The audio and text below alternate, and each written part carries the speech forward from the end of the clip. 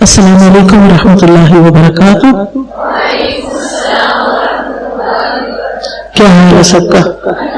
الحمدللہ، نحمده ونصلی علی رسولہ الکریم، اما بعد فاعوذ باللہ من الشیطان الرجیم، بسم اللہ الرحمن الرحیم، رب اشرح لی صدری ویسر لی امری واحلل عقدۃ من لسانی یفقہوا قولی۔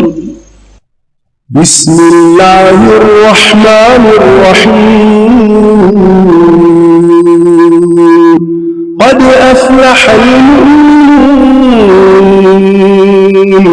الذین هم فی صلاتهم خاشعون والذین هم عن اللغو معرضون۔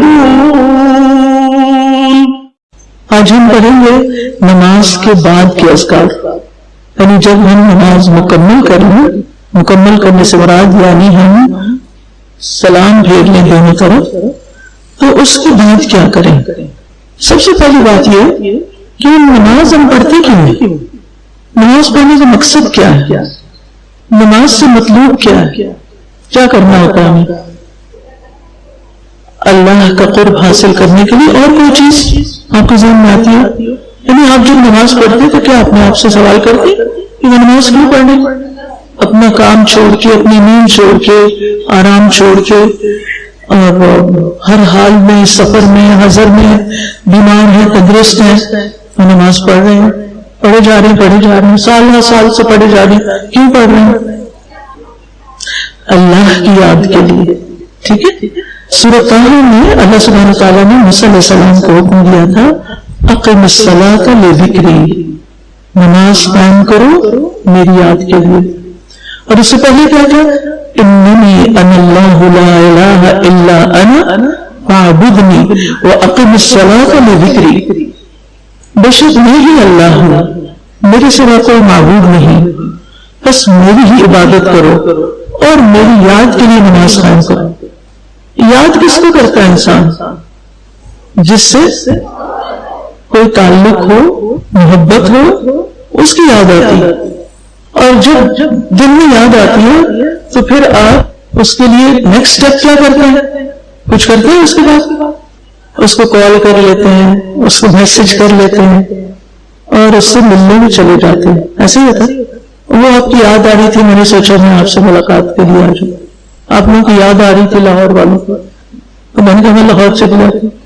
تو جب اللہ سبحانہ تعالیٰ کی یاد آتی ہے تو پھر کیا ہوتا ہے؟ ہم اللہ سے ملاقات کے لیے اپنے کام چھوڑ اٹھتے ہیں، وضو کرتے ہیں، اور پھر ہمیں کال بھی آتی ہے، اس کا جواب بھی دیتے ہیں نا، سنتے ہیں اذان آتی ہے پھر اس کا جواب دیتے ہیں، پھر ہم صاف ستھرے ہو کے اللہ سے ملاقات کے لیے چلے جاتے ہیں، یعنی نماز قائم کرتے ہیں۔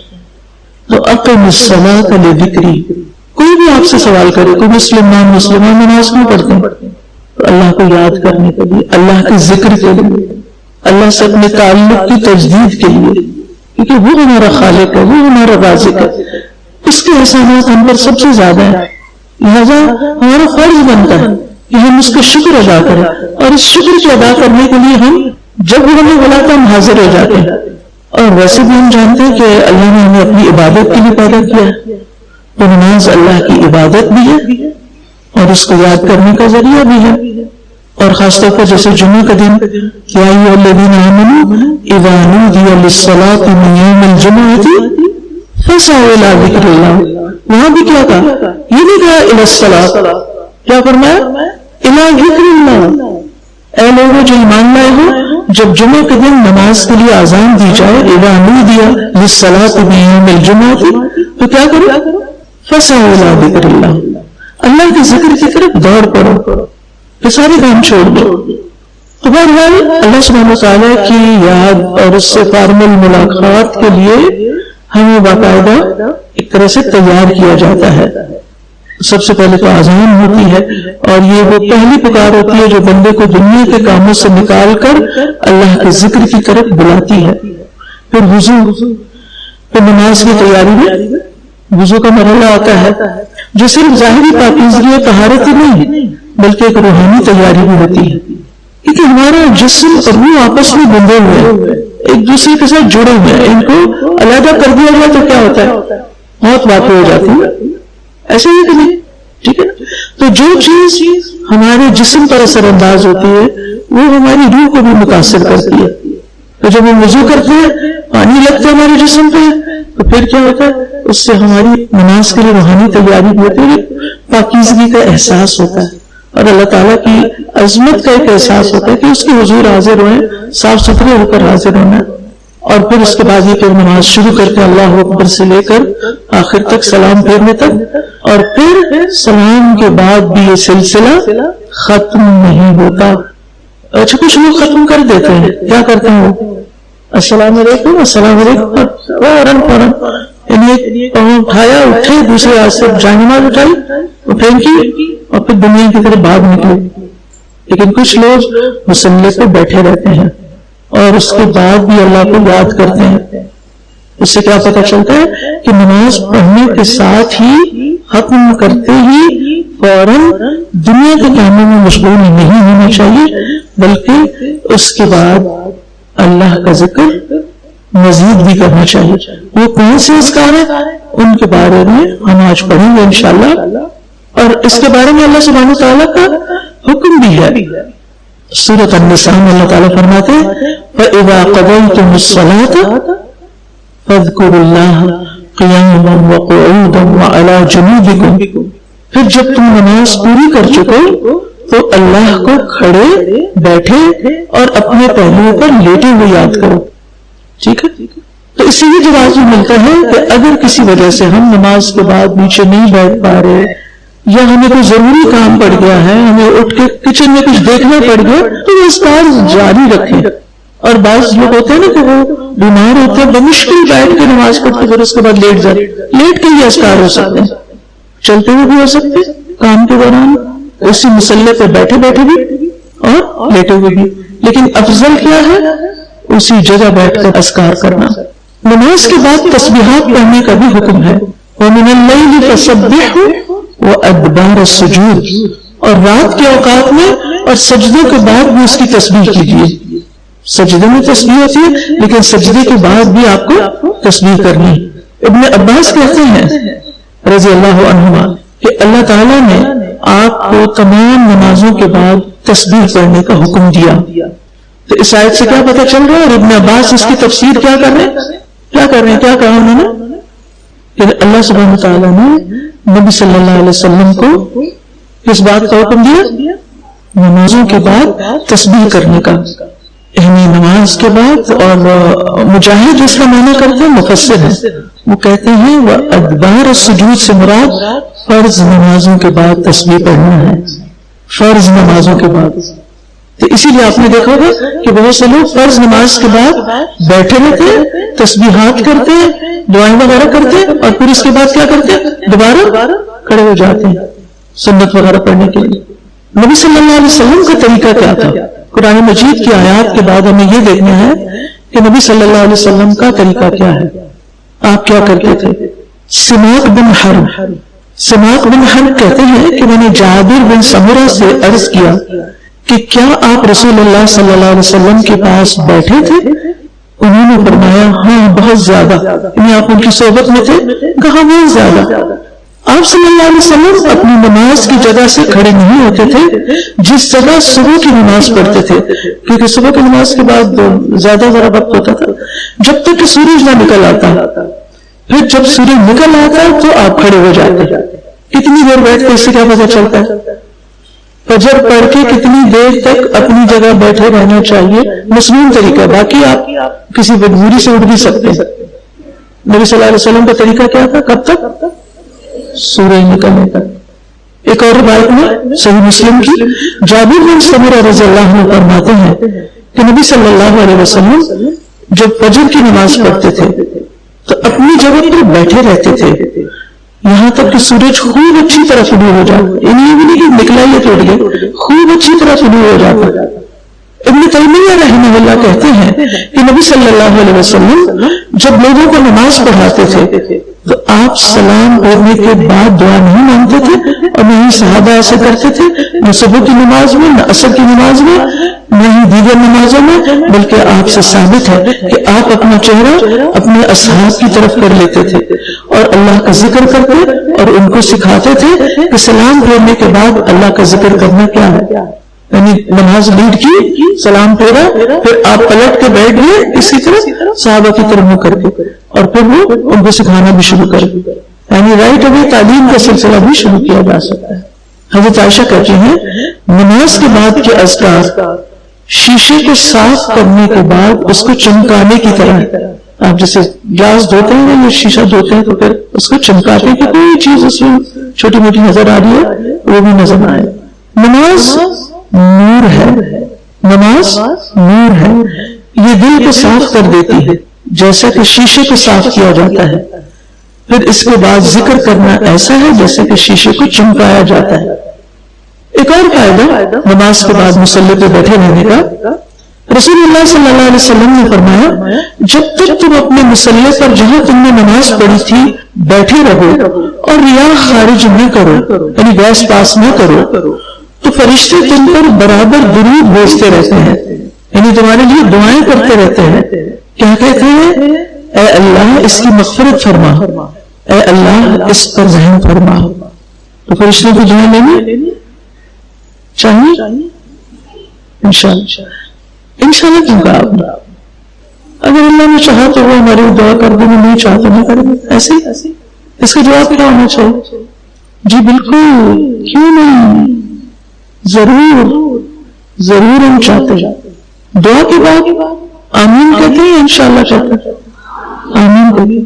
اسی طرح فرشتوں کی دعاؤں کے لیے بھی ہمیں اپنی شوق کا اظہار کرنا چاہیے. ہمیں مغفرت چاہیے، گناہوں کی بخشش چاہیے، اللہ کی رحمت چاہیے.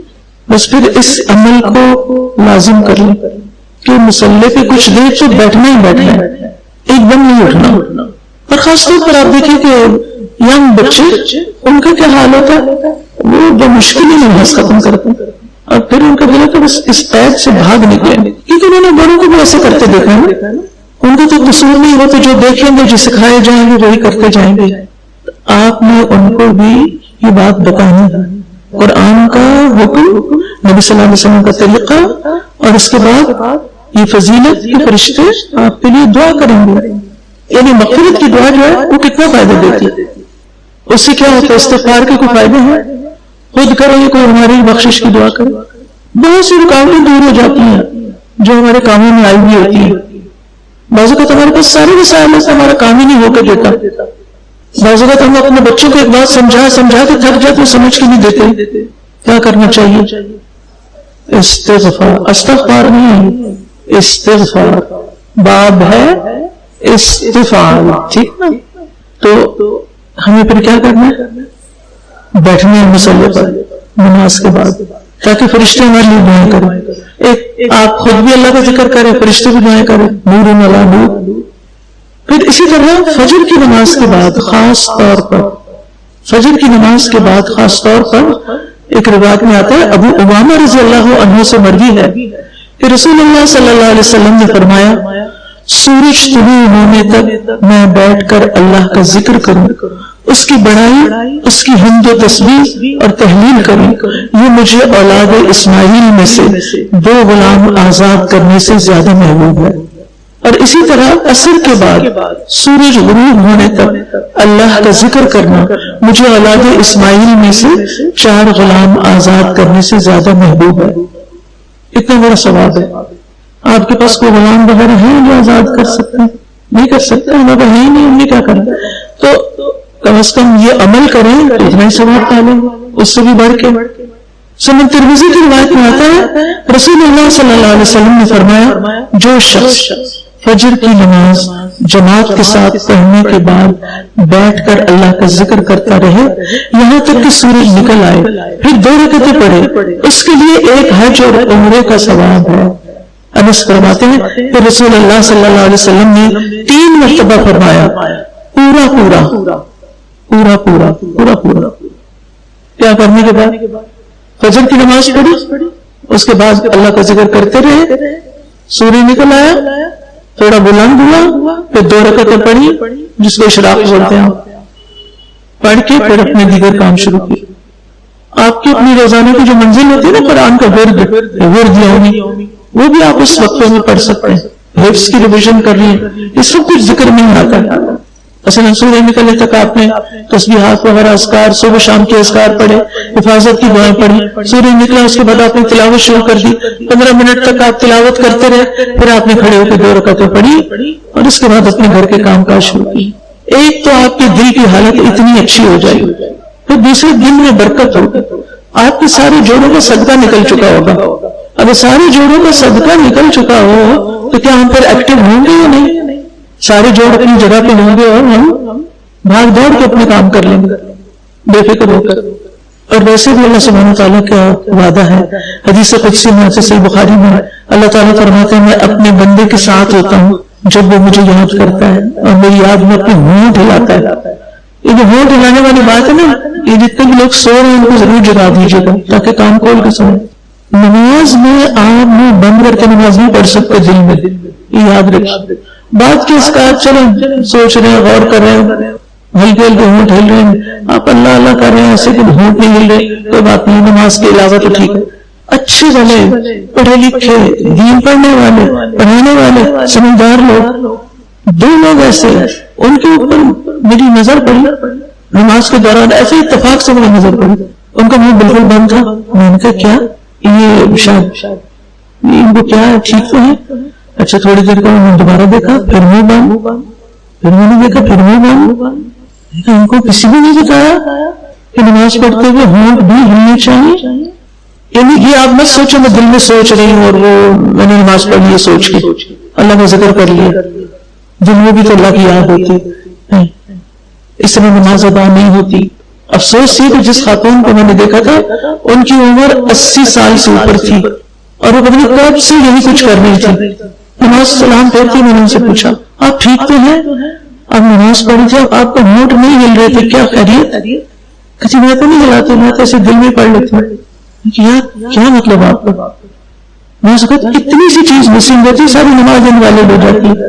اس لیے بہت ضروری ہے کہ نماز کے طریقے کو 100% ہم جانتے ہیں اور کہیں غفلت اور کوتاہی نہ کریں, کہیں ایسا نہ ہو کہ ہماری محنت ضائع ہو. اور پھر آپ دیکھیے کہ اوور آل بھی ذکر کرنا, یہ نہیں کہ مسئلے سے کھڑے ہوں گے تو پھر آپ دنیا کی باتیں کریں اور موبائل لے کے بیٹھ جائیں. اس وقت بھی آپ اللہ کا ذکر کر سکتے ہیں کیونکہ ذکر کرنے والوں کی اپنی ہی فضیلت ہے. رسول اللہ صلی اللہ علیہ وسلم نے فرمایا سبق المفردون, مفردون سبقت لے گئے, سابقون میں شامل ہو گئے. سابقون کے تو کیا ہی مزے ہیں, جنت میں پہلے چلے جائیں گے اور جو فرشتے ان کی جان لینے آئیں گے وہ بھی ان کو سلام کریں گے اور ان کے لیے راحت روح و ریحان جنت نہیں ہوگی. وہ VIP لوگ ہیں اللہ کے, ہیں کون, وہ کرتے کیا ہیں؟ صحابہ نے پوچھا یا رسول اللہ صلی اللہ علیہ وسلم مفردون کون ہوتے ہیں؟ فرمایا جو اللہ کے ذکر میں مشغول رہتے ہیں, جو اللہ کو یاد کرتے رہتے ہیں. تو ہم باقی باتیں ذرا کم کیا کریں اور ذکر کی کثرت کر دیں. یہ بتائیے کہ سلام پھیرنے کے بعد پہلا کلمہ کیا ہوتا ہے, کیا پہلی بات کیا بولتے ہیں؟ اللہ اکبر. کیا مطلب ہے اس کا؟ واقعی اللہ سب سے بڑا, میں اتنی بڑی, ہم اس ہر ایک اپنے آپ سے پوچھ میں اتنی بڑی, کیونکہ کچھ لوگ اپنی بڑائی کے ظلم میں مبتلا ہوتے ہیں. ہمیں دن میں ہر نماز کے بعد سلام پھیرتے ہوئے سب سے پہلے اللہ کی بڑائی کرنے کی تاکید کی گئی ہے. صحیح بخاری کی روایت ہے, ابن عباس رضی اللہ عنہما فرماتے ہیں کہ میں نبی صلی اللہ علیہ وسلم کی نماز کے مکمل ہونے کو تکبیر کی وجہ سے سمجھ جاتا تھا. اس سے کیا پتہ چلتا ہے کہ یہ تکبیر کیسے بولی جاتی تھی؟ اونچی آواز میں. یعنی اگر آپ گھر میں بھی نماز پڑھے ہوں تو سلام پھیرنے کے بعد کیا کریں؟ اللہ اکبر ایسے کر لیں. اس سے کیا ہوگا, بچوں کو گھر والوں کو پتہ چل جائے گا کہ آپ نے سلام پھیر لیا, اور اگر ان کو آپ سے کوئی کام ہوگا تو وہ بھی آسانی سے کر لیں گے. ٹھیک ہے. نبی صلی اللہ علیہ وسلم اور آپ کے صحابہ کا طریقہ کار کیا تھا کہ وہ فرض نمازوں کے بعد ذکر کرتے اور آواز بلند کرتے. اچھا، اب اس کا کیا مطلب ہے کہ یہ فرض کے درجے میں کہ ہر وقت اونچی آواز سے ہی کہیں اللہ اکبر؟ کیا خیال ہے؟ اور جو اللہ اکبر اونچی آواز سے نہ کہیں آپ اس کے پیچھے پڑ جائیں کہ تم نے اونچی آواز سے نہیں کہا، سنت کی مخالفت کی ہے، ایسا کریں گے؟ نہیں. نبی صلی اللہ علیہ وسلم کیوں ایسا کیا کرتے تھے؟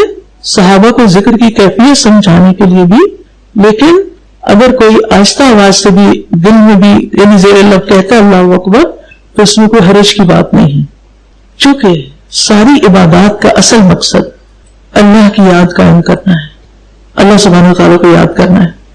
تو پھر اگر اللہ کی عبادت اور اللہ کو یاد کرنا ہے تو پھر ہمیں کیا کرنا چاہیے؟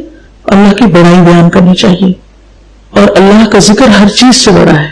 اور نماز کے بعد اللہ اکبر کہنا اس بات کی دلیل ہے کہ جتنی بھی عبادات ہیں ان سب کا اصل مقصد اللہ کی یاد ہے، اللہ سے تعلق قائم کرنا ہے، اللہ کا شکر ادا کرنا ہے. قرآن مجید میں آتا ہے اتل ما اوحی الیک من الکتاب واقم الصلاۃ ان الصلاۃ تنہی عن الفحشاء والمنکر ولذکر اللہ اکبر واللہ یعلم ما تصنعون. کتاب میں سے جو آپ کی طرف وحی کیا گیا ہے اس کی تلاوت کیجیے اور نماز قائم کیجیے. بے شک نماز بے حیائی اور برائی سے روکتی ہے، اور یقیناً اللہ کا ذکر تو سب سے بڑی چیز ہے. وَلَذِكْرُ اللَّهِ أَكْبَرُ، اور اللہ کو معلوم ہے جو کچھ تم کرتے ہو. تو اسی لیے پتہ چلتا ہے کہ بذات خود اللہ کو یاد کرنا بھی بہت بڑی چیز ہے، لیکن اس میں خصوصاً اللہ کی کبریائی کا اقرار کرنا یہ بہت افضل ترین عمل ہے. اور اس میں اس بات کا اظہار بھی ہے کہ اے اللہ، میں اپنے آپ کو بڑا نہیں سمجھتا، میں تجھی کو بڑا سمجھتا ہوں، تو ہی بڑا ہے. اور اس سے اپنی عاجزی کا بھی اظہار ہوتا ہے، اور پھر اس سے دل کی اصلاح ہوتی ہے، اور پھر دنیا چھوٹی لگتی ہے. جب دنیا چھوٹی لگتی ہے تو دنیا سے بے رغبتی ہوتی ہے نہیں، اس کے پیچھے مرے نہیں جاتے، اس کی خواہشات کم ہو جاتی ہیں، جس کی وجہ سے ہماری زندگی آسان ہوتی ہے. جتنی زیادہ ہمارے دل میں دنیا کی محبت ہوگی نا اتنی ہی زیادہ ہمارے غم ہوں گے. یہ دونوں چیزیں آپس میں لازم و ملزوم ہیں. غموں کی بنیاد دنیا کی محبت ہے، چاہے وہ مال ہو، اولاد ہو، زیب و زینت کے سامان ہو، جن کو بھی اللہ نے دنیا کہا ہے. سورۃ آل عمران میں آتا ہے نا کہ زُيِّنَ لِلنَّاسِ حُبُّ الشَّهَوَاتِ مِنَ النِّسَاءِ وَالْبَنِينَ وَالْقَنَاطِيرِ الْمُقَنطَرَةِ مِنَ الذَّهَبِ وَالْفِضَّةِ وَالْخَيْلِ الْمُسَوَّمَةِ وَالْأَنْعَامِ وَالْحَرْثِ ذَلِكَ مَتَاعُ الْحَيَاةِ الدُّنْيَا. چھوٹی سی استعمال کی چیز ہے دنیا، چاہے کسی کے پاس قارون کا خزانہ ہی کیوں نہیں.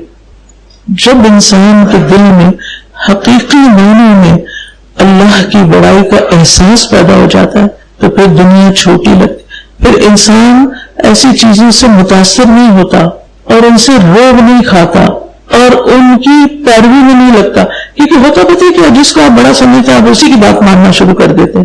اللہ کی عبادت کا لطف صرف وہ اٹھا سکتا ہے جو اللہ کو بڑا مانتا ہو کہ اللہ ہر چیز سے بڑا ہے. اور پھر آپ دیکھیے کہ جب انسان اللہ کو بڑا مان لیتا ہے، اس کی بڑائی کو تسلیم کر لیتا ہے، تو پھر اس کے آگے خشوع و خضوع کے ساتھ جھک جاتا ہے، عاجزی اختیار کر لیتا ہے. یہ تکبر کا علاج ہے. ویسے تو پوری نماز ہی تکبر کا علاج ہے، لیکن جب شعوری طور پر انسان نماز کے بعد بھی اللہ اکبر کہتا ہے تو پھر اس کے اندر یقینی طور پر عاجزی آتی جو کہ اللہ تعالیٰ کو بہت پسند ہے. اللہ سبحانہ وتعالیٰ جب ہم کہتے ہیں اللہ بڑا ہے تو وہ اپنی ذات میں بھی بڑا ہے، اس کا عرش بھی بڑا ہے، اس کی کرسی بڑی ہے، اور ہم اس کی عظمت کا احاطہ ہی نہیں کر سکتے اس کی بڑائی کا. آپ دیکھیں زمین کے مقابلے میں آسمان کتنا بڑا ہے، بڑا ہے کہ نہیں؟ آسمان کے مقابلے میں کرسی کتنی بڑی ہے، اور پھر کرسی کے مقابلے میں عرش کی عظمت، یعنی انسان کی عقل اس کو کمپریہینڈ نہیں کر پاتی. یہ تو مخلوقات کا حال ہے، تو پھر خالق کی کیا شان ہوگی؟ وَلَا يُحِيطُونَ بِشَيْءٍ مِّنْ عِلْمِهِ إِلَّا بِمَا شَاءَ. اور جب ہم یہ کلمہ ادا کرتے ہیں، اللہ اکبر کہتے ہیں، تو دوسرے لفظوں میں یہ پورے دین کی حقیقت بیان کرتے ہیں.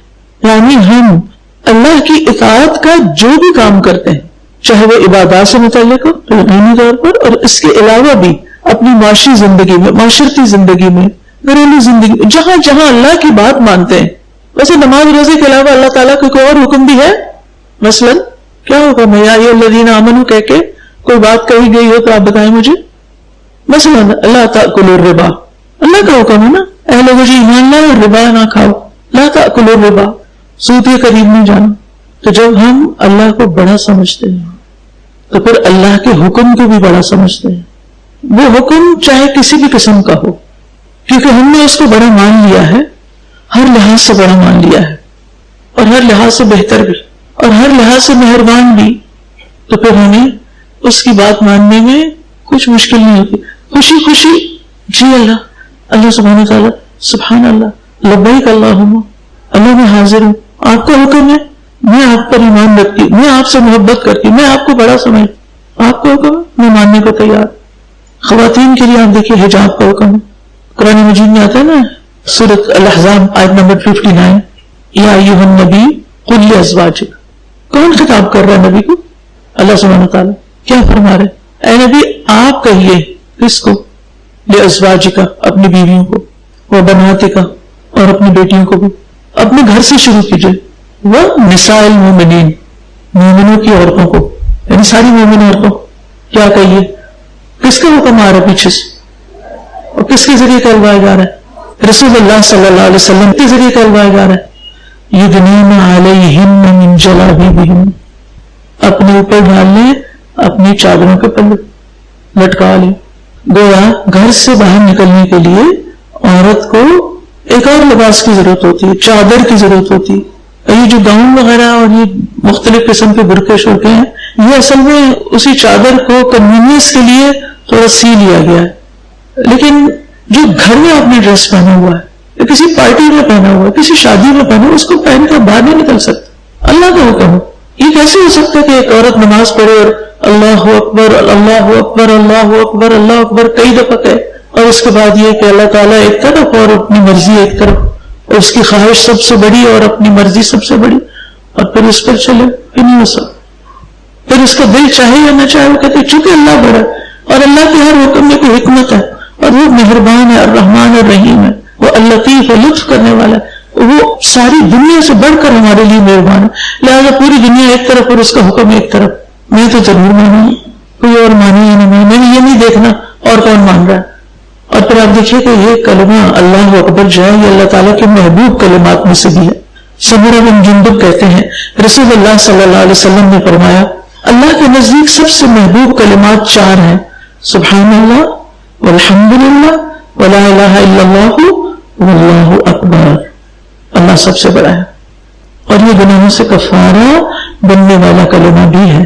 یعنی اللہ اکبر آپ کہتے ہیں کہ اس سے آپ کے گناہوں کا کفارہ بھی ہوتا ہے، اور میزان میں بھی بھاری کلمات میں سے ہے. رسول اللہ صلی اللہ علیہ وسلم کے ایک رائی جو اونٹ چراتے تھے ابو سلمہ، ان سے روایت ہے کہ آپ صلی اللہ علیہ وسلم نے فرمایا بخ بخ واہ واہ، اور اپنے ہاتھ سے 5 کا اشارہ کیا کہ یہ اذکار یعنی 5 اذکار میزان میں کتنے بھاری ہوں گے. سبحان اللہ والحمد للہ ولا الہ الا اللہ واللہ اکبر. اور 5ویں چیز، کسی مسلمان کا فوت ہونے والا نیک بیٹا کہ اس کا باپ ثواب کی امید رکھ کر صبر کرے، اللہ سے اجر کی توقع رکھ کے صبر کرے، اور اللہ سے شکر نہ کرے، اللہ سے ناراض نہ. نیک بیٹا تھا لیکن فوت ہو گیا، اس سے توقع تھی کہ ہمارے مرنے کے بعد ہمارے لیے دعا کرے گا، لیکن وہ ہم سے پہلے ہی چلا گیا. اللہ نے بلا لیا، وہ حاضر ہو گیا، اللہ کا مال تھا. لہذا جب اللہ نے ہم سے واپس لیا تو ہم نے کیا کیا؟ صبر. یہ صبر جو ہے نا میزان میں بہت بھاری ہوگا. اور اس کے علاوہ یہ اللہ اکبر کا کلمہ سبحان اللہ اور الحمدللہ. اچھا یہ بتائیے کہ کہاں کہاں آپ اللہ اکبر کہتے ہیں؟ تکرار کہاں ہوتی ہے اللہ اکبر کی؟ مثلا آذان اور اقامت میں بھی، ٹھیک ہے. پھر ہر فرض اور نفل نماز کے بعد، پھر نماز جنازہ میں اللہ اکبر کی تکبیرات ہوتی. عیدین کے دن کیا حکم ہے؟ کیا زیادہ پڑھو کلمہ؟ تکبیرات. اس میں بھی اللہ اکبر، اللہ سب سے بڑا ہے. عشر ذی الحجہ کا افضل عمل کیا ہے؟ تکبیرات. حج کے دنوں میں بھی وہ جو ہوتا ہے ایام تشریق، ان میں کیا کرتے ہیں؟ تکبیرات. بلندی پہ چاہتے، سواری پہ بیٹھتے ہوئے اللہ اکبر. سوتے وقت تسبیحات فاطمی میں اللہ اکبر کی تسبیح ہے. اور اس کے علاوہ خوشی اور تعجب میں بھی جب آپ کسی چیز پہ حیران ہوتے ہیں تو آپ کیا کرتے ہیں؟ اللہ اکبر. اچھا یہ بتائیے کہ اللہ اکبر کے بعد آپ کیا کرتے ہیں؟ استغفر اللہ استغفر اللہ استغفر اللہ استغفر اللہ. کتنی بار کہتے؟ شاباش، پاس ہیں آپ سب. فوبان رضی اللہ عنہ کہتے ہیں کہ رسول اللہ صلی اللہ علیہ وسلم جب اپنی نماز سے فارغ ہوتے تھے تو 3 مرتبہ استغفار فرماتے.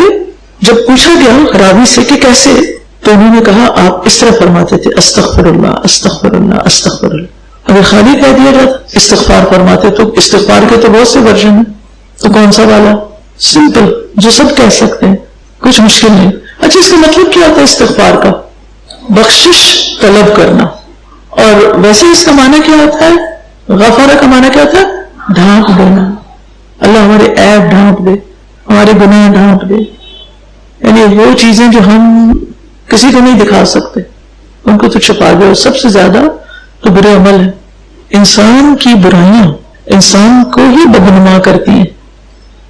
مثلا آپ کسی کے ساتھ بد اخلاقی برتتے ہیں، آپ کھڑے ہو کے سے لڑائی شروع کر دیتے ہیں، تان و تشنیع کرتے ہیں.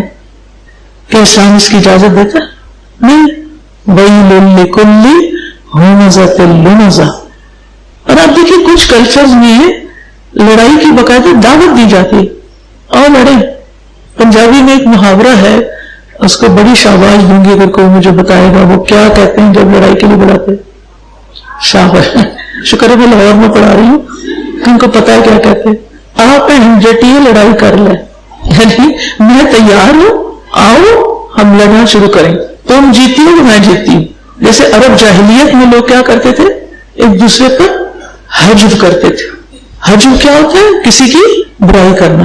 وہ ایک پارٹی کرتی تھی، اس کا پھر جواب دوسرا دیتا تھا، پھر تیسرا. ہر قبیلے کا ایک شاعر ہوتا تھا، اور جس قبیلے کا شاعر اسٹرانگ ہوتا تھا لڑنے جھگڑنے میں زبان سے، وہ کہتے تھے کہ ایک تلوار کی کاٹ ہوتی ہے اور ایک الفاظ کی کاٹ ہوتی ہے.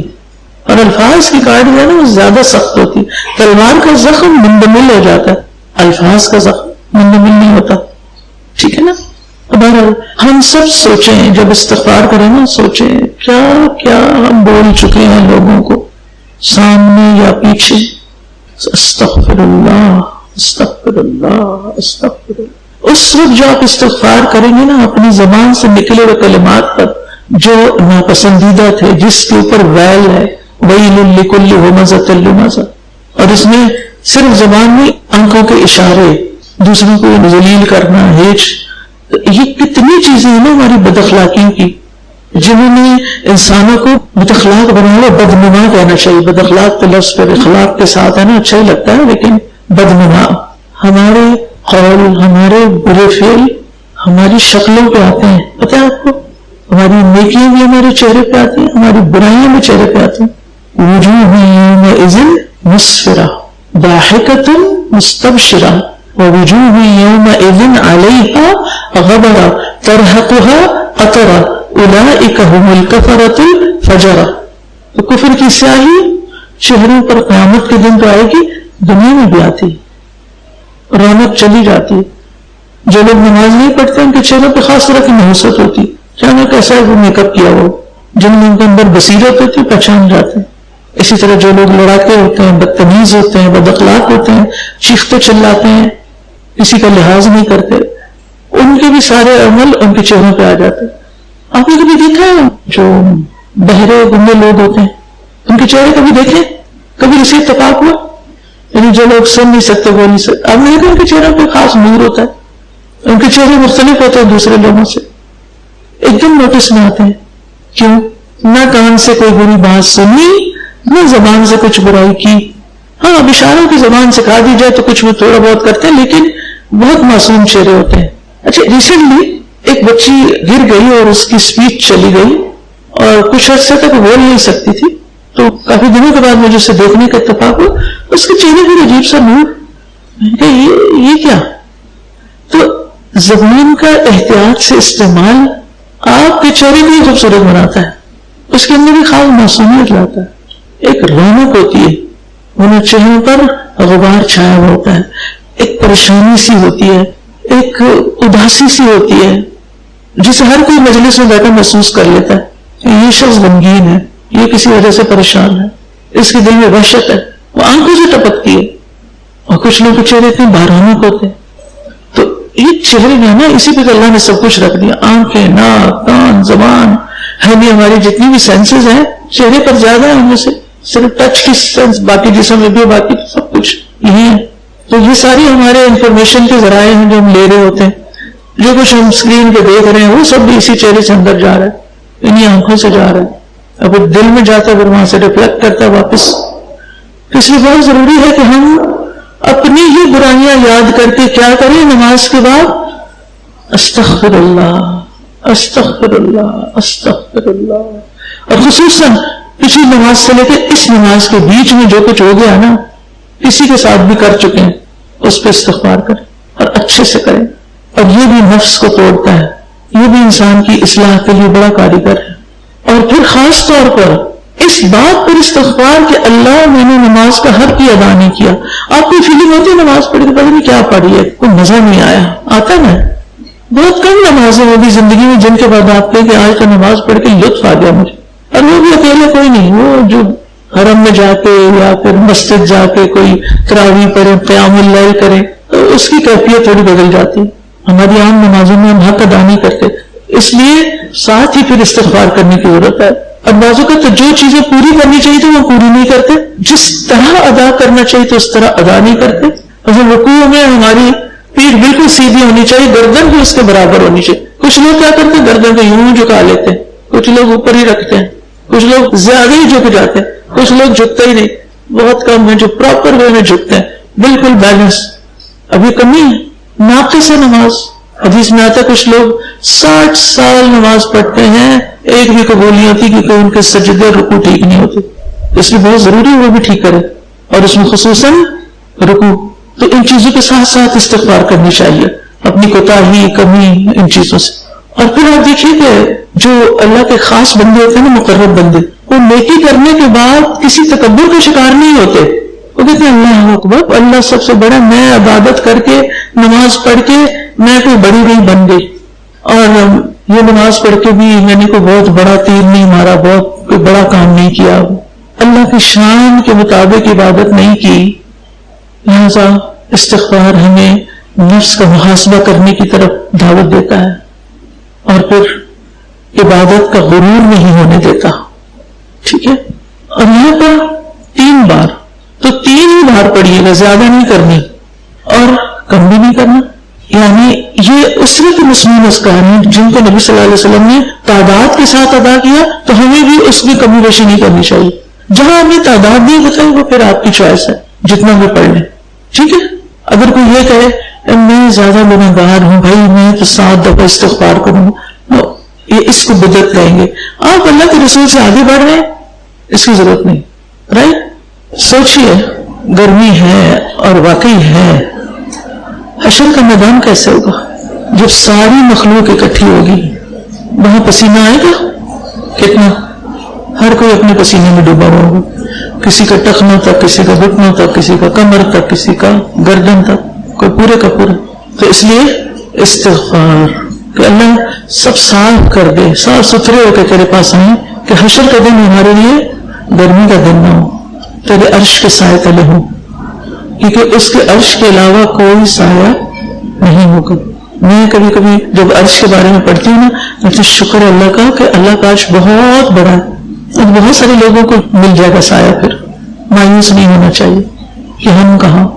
اچھا جناب، اس کے بعد کیا کرتے ہیں؟ استغفار کرنے کے بعد کیا کرتے ہیں؟ What next?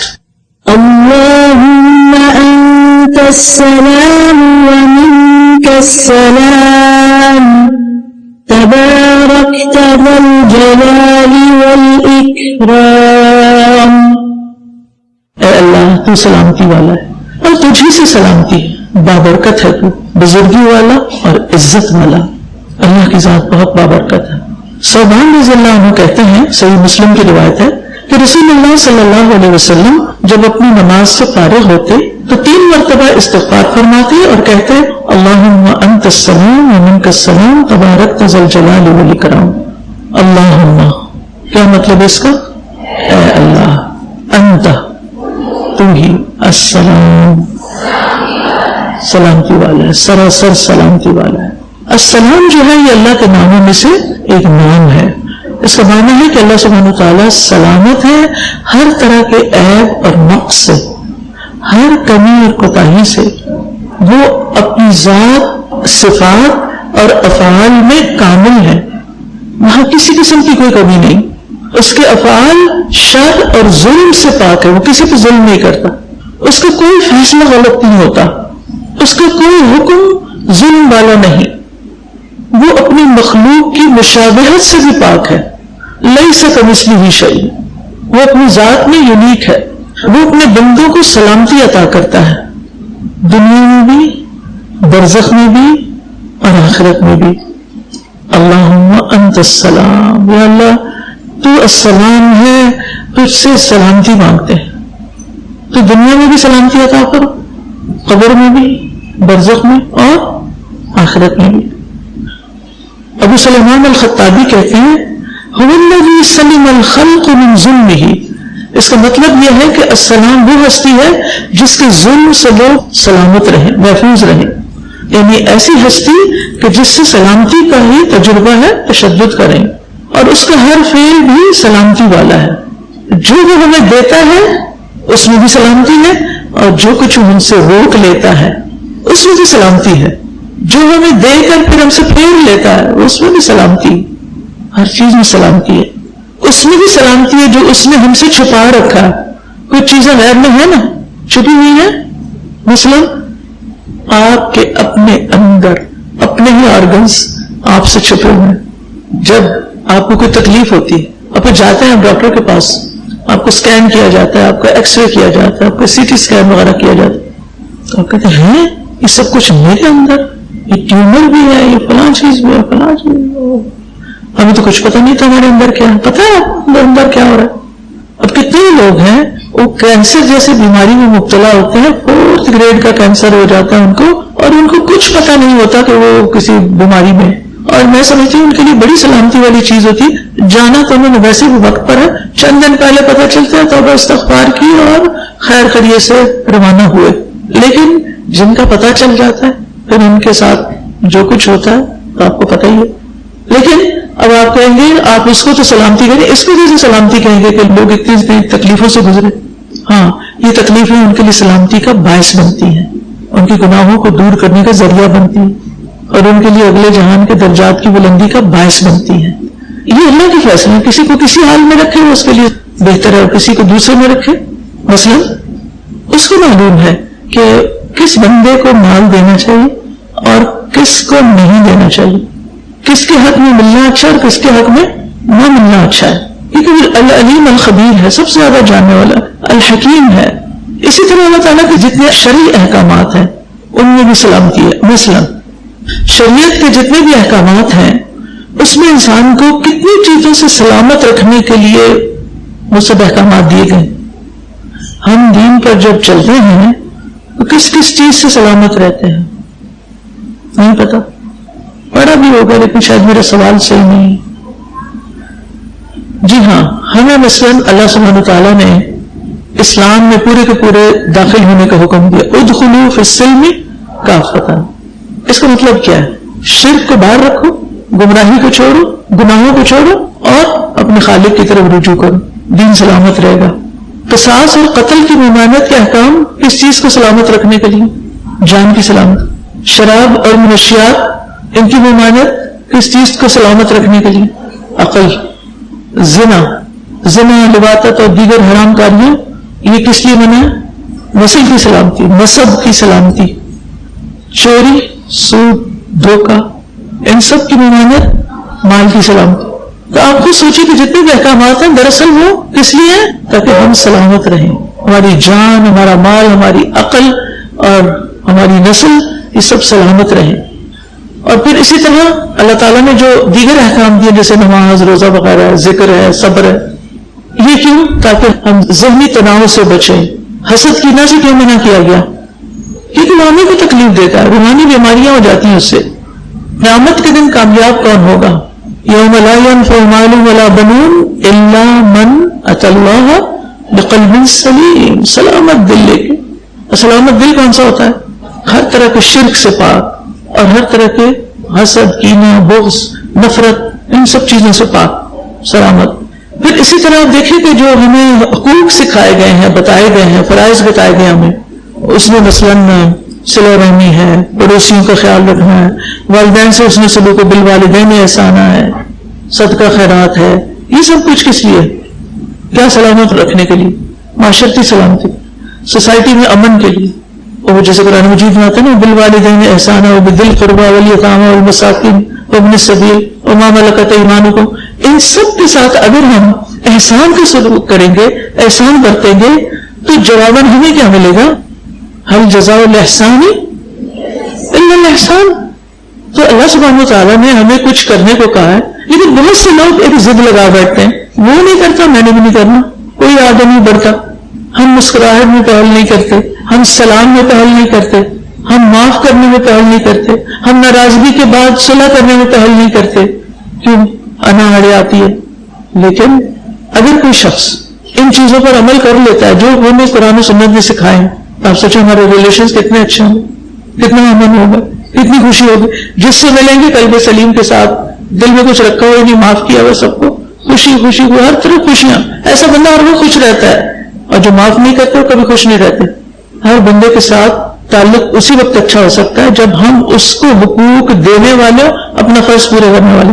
لیکن اگر ہم اس کے الٹ کریں گے، وہ فرض پورا کرے، مجھے میرا حق ملے تو اب میں خوش ہوں، وہ تو پھر گیا، اس دنیا میں نہیں آپ کو ملے گا کچھ. اور خاص طور پر دین پڑھنے والے، ان کو تو ہر نیکی میں پہل کر لینی چاہیے، احسان کرنے میں بھی پہل کرنی چاہیے. ان کے ریلیشن سب سے زیادہ اچھے ہونے چاہیے باہم. پھر اسی طرح اللہ السلام دنیا اور آخرت دونوں میں سلامتی عطا کرتا ہے جب بندہ اس کے احکامات پر عمل کرتا ہے. ومن کا سلام، اور تیری طرف سے سلام، یعنی سلامتی تیری طرف سے آتی ہے، تو ہی سلامتی کا مالک ہے. لیکن اللہ سبحانہ وتعالیٰ کس کس کو سلامتی عطا کرتا ہے؟ سورۃ المائدہ میں آتا ہے، یہدی بہ اللہ من اتبع رضوانہ سبل السلام. اللہ تعالیٰ ان لوگوں کو سلامتی کی راہیں دکھاتا ہے جو اس کی رضا کے پیچھے چلتے ہیں. پھر اسی طرح الذین آمنوا ولم یلبسوا ایمانہم بظلم اولئک لہم الامن وہم مہتدون.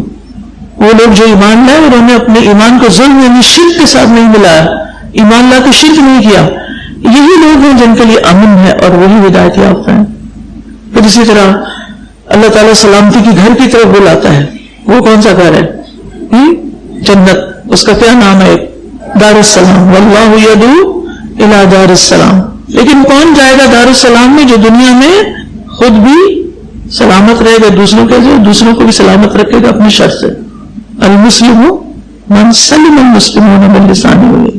تو جب ہم ہر نماز کے بعد کہتے ہیں اللہم انت السلام و منک السلام، تو اسے ایسے ہی پڑھ دیتے ہیں اور سلامتی کے بارے میں کچھ بھی نہیں سوچتے. ہماری زندگی میں کچھ خوف ہوتے ہیں. آپ کو کس کس چیز کا خوف ہے؟ اپنے خوف ذرا سوچئے. ہر کسی کے اندر کوئی نہ کوئی خوف کسی نہ کسی درجے میں پایا جاتا ہے، تھوڑا یا زیادہ. اس کا علاج کیا ہے؟ خوف کا علاج کیا ہے؟ خوف سے نجات کیسے مل سکتی؟ جب آپ کا تعلق اللہ السلام سے مضبوط اور آپ واقعی سمجھیں کہ اللہ سبحانہ وتعالیٰ کی طرف سے سلامتی ملتی. اللہم انت السلام و منک السلام، منک السلام، منک السلام. اللہ سلامت رکھنا، تیری طرف سے سلامتی آتی ہے، لہٰذا میرے سارے خوف تو ان کو دور کر دے، کیونکہ تو سلامتی بخشنے والا ہے. جسے اللہ رکھے اسے کون چاہے. اگر ہم ہر وقت یہ اقرار کرتے ہیں کہ سلامتی اللہ کی طرف سے، منک السلام، تو مانگتے کیوں نہیں؟ تو مانگو بھی کر، پھر اس پہ یقین بھی رکھا کرے. اور سلامتی کے نا 3 بڑے اصول ہیں. یعنی سلامت کون رہتا ہے اور اللہ کی طرف سے بھی سلامتی کس کو ملتی ہے؟ نمبر 1 تقلیل کلام، کم بولنا. نمبر 2 تقلیل طعام، کم کھانا. نمبر 3 کیا ہوگا بلا؟ تقلیل نوم، کم سونا. اس پہ اپنے آپ کو پرکھیے. کم بولنا، کم کھانا، کم سونا. جو یہ 3 کام کم کریں وہ سلامت رہتے ہیں اور دنیا میں بھی بہت سے مسائل سے بچے رہتے ہیں اور آخرت میں بھی سلامت رہیں. جتنے بھی فتنے فساد ہیں وہ کہاں سے اٹھتے ہیں؟ زبان کے غیر ضروری اور غیر محتاط استعمال سے. جہاں نہیں بولنا چاہیے وہاں بولتے، جتنا بولنا چاہیے اس سے زیادہ بول جاتے، بے سوچے سمجھے بولتے، اور بہت سی بے احتیاطیاں کرتے ہیں نا بولنے کے معاملے میں. کھانے میں ہم کیا کرتے ہیں؟ یہ بھی کھا لو، وہ بھی کھا لو، وہ بھی کھا لو. کیا نبی صلی اللہ علیہ وسلم کے زمانے میں کوئی بوفے کا کانسیپٹ تھا؟ آج کی شادی اس کے بغیر ہوتی ہے. اگر ایک وقت میں ایک ڈش، اب مجھے نہیں پتا یہاں کا کیا قانون ہے، اب شاید 1 ڈش ہی ہے، چلیں الحمدللہ. تو وہ کیا کہتے ہیں اگر ایک ڈش کی پابندی نہ ہو تو پھر کوئی خود سے کرے گا پابندی؟ کیونکہ اس کو ہم نے اپنا اسٹیٹس سمبل بنا لیا، جس کی وجہ سے کھلانے والے بھی بھگتتے ہیں اور کھانے والے بھی بھگتتے ہیں. پھر اور تیسری چیز کا ہم سونا، اپنے سونے کے اوقات کو خود مانیٹر کریں. بس اتنا سوئیں جتنا سونا آپ کے لیے ضروری ہے، جس کے بعد آپ کام کرنے کے قابل ہو جائیں. اور اگر آپ عبادت وقت پر کرنے والے ہیں تو پھر آپ زیادہ سو ہی نہیں سکتے. تو کم بولنے سے تعلقات اچھے رہتے ہیں، بہت سے آفات سے بچتا ہے انسان، کیونکہ اپنے منہ کی کئی ہوئی سامنے آ جاتی ہے. کسی کو بد دعا دے رہے ہیں اور اس کو تو لگی نہیں واپس پلٹی. اسی طرح گالی گلوچ اور بہت سی غلط چیزیں. کم کھانا، اس سے بہت سی امراض سے نجات ملتی ہے. اور ضرورت سے زیادہ سونا یہ نقصان دہ ہے. ٹھیک ہے. پھر ہے تبارک ذل جلال والاکرام. تبارک تک لفظ چاہیے کس سے؟ برکت سے. اس سے مراد کسی چیز کا کثرت سے پھلنا پھولنا، زیادہ ہونا. یعنی مراد اس سے کیا ہے کہ تیری خیرات و برکات بہت زیادہ ہیں، اتنی زیادہ اور اتنی کثیر ہوتی چلی جاتی. آپ دیکھیے کہ ہم جتنے بھی رونا روتے ہیں لیکن ہم سب کی زندگیوں میں پہلے سے زیادہ نعمتیں آتی جاتی ہیں. سوچئے جب آپ چھوٹے تھے اور ماں باپ کے گھر میں تھے تو اس وقت آپ کا گھر کیسا تھا؟ آپ کے گھر میں کتنے ایئر کنڈیشن تھے؟ آپ کی فوج میں کتنی گاڑیاں تھیں؟ آپ کی الماری میں کتنے کپڑے تھے؟ کتنے برانڈز کے تھے؟ آج سے 20-30 سال ہی پیچھے چلے جائے، بچپن کو بھی چھوڑیے.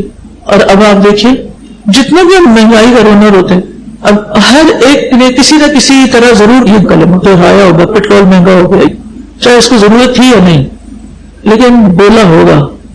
چاہے پتا تھا کہ نہیں کتنا، مجھے ویسے نہیں پتا کتنا ہوگا، لیکن جب آپ سڑک پہ نکلتے ہیں اور گاڑیوں کا ہجوم دیکھتے ہیں لگتا ہے پیٹرول مہنگا ہوگا.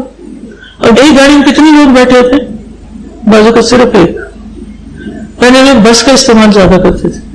بچپن میں ہم بھی بس پہ، یہ جو گورنمنٹ کی بس ہوتی ہے اومنی بس اس کو کہتے تھے، ہم نے بسوں پہ بہت سفر کیا اور بچوں میں کتنا کانفیڈینس بھی ہوتا. اور میں اتنی بھی جیسے اور فطرت بھی ویسے زیادہ ہی ہوگی، لیکن پھر بھی کہ خود چھوڑ کے آنا ہے، خود لے کے آنا ہے، کسی کے ساتھ نہ جائے، کیونکہ تعلقات ہی اچھے نہیں. پہلے کیا ہوتا تھا، ایک بچہ کیسے نکلتا تھا سارا محلہ نظر رکھتا تھا. کوئی لڑکی اگر کوئی غلط حرکت کرتی تھی اتنی آنکھیں دیکھنے والی ہوتی تھی.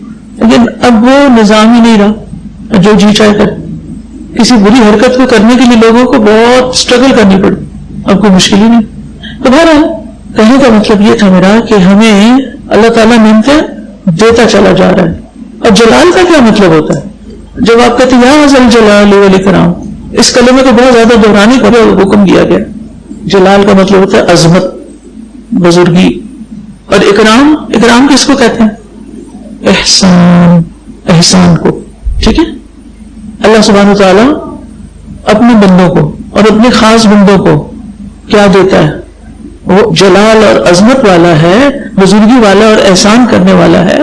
وہ خود اپنی ذات میں بھی بہت بڑا ہے اور اپنے رسولوں کو، اپنے نیک بندوں کو عزت عطا کرتا ہے اور اپنی باقی مخلوق کو بھی رزق عطا کرتا ہے. انشاءاللہ کل ہم نئی دعا شروع کریں گے. ٹھیک ہے انشاءاللہ. گھر جا کے پلیز اپنے کاپیاں دوبارہ کھول لیجیے گا ایک دفعہ.